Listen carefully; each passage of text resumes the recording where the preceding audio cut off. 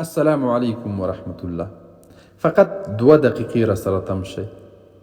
موږ او تاسو ټول په دې پوهیږو چې ټول انسانان فطرتاً د یو ښکلي کور، ښه موټر، نوي موبایل، ښایسته او نیکې ښځې، د لوړ موقف، په ټولنه کې د لوړ او ښه شخصیت جوړونې او بالاخره د یو ښه او آرامه ژوند په ارمان دي.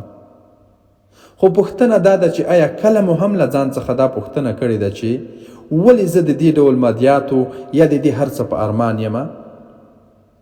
فکر نه کوم چې د ټولنې 90% خلکو دې له ځان څخه دا ډول پوښتنه کړې وي. خو که اوس زه دا پوښتنه له تاسو څخه وکړم، ستاسو ځواب به څه وي؟ مطمئن یم چې د ډیر فکر کولو څخه وروسته به ستاسو ځواب دا وي چې د دې هر څه ارمان موږ زړه ته د سکون د حاصلولو لپاره کوو.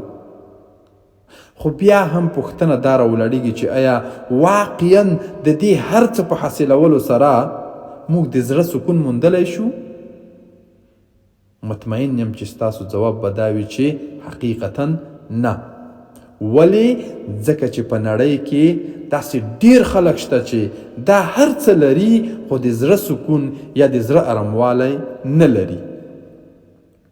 ځکه چې د زړونو جوړونکي الله سبحانه وتعالی د زړه سکون د هغه له یادولو سره تړلی دی.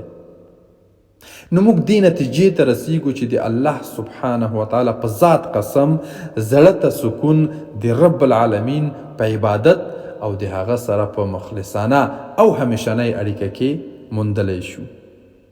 زړه ته سکون هله حاصلیږي کله چې موږ په رښتینې معنا سره د رب العالمین رالیږلی دین اسلام پر ځان پوره ومنو او د رب العالمین امر ته غاړه کیږدو او له هغه څه څخه ځان منع کړو له کوم څه چې رب العالمین موږ او تاسو منع کړي یو.